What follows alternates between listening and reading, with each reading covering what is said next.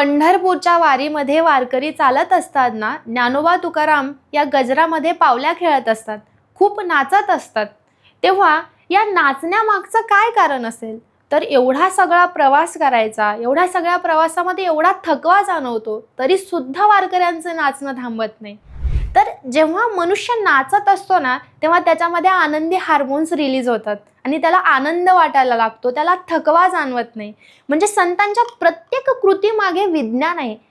तिथे कोणती अंधश्रद्धा नाहीये. संत हे विज्ञानाचा आधार घेऊन सुद्धा आचरण करतात, हे यातून कळतं. त्यानंतर नाचल्यानंतर आपल्यामध्ये असलेले काम क्रोधादी विकार नष्ट होतात.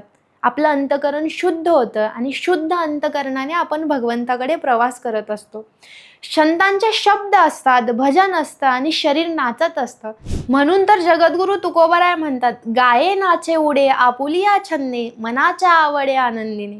तिथे कोणीही लाज धरत नाही किंवा शंका धरत नाही. मनसोक्त नाचलं जातं आणि नाचल्यानंतर जो आनंद प्रगट होतो तो वेगळाच असतो. जो भगवंताच्या तालावर नाचतो ना, त्याला या मायेच्या तालावर नाचण्याची गरज राहत नाही.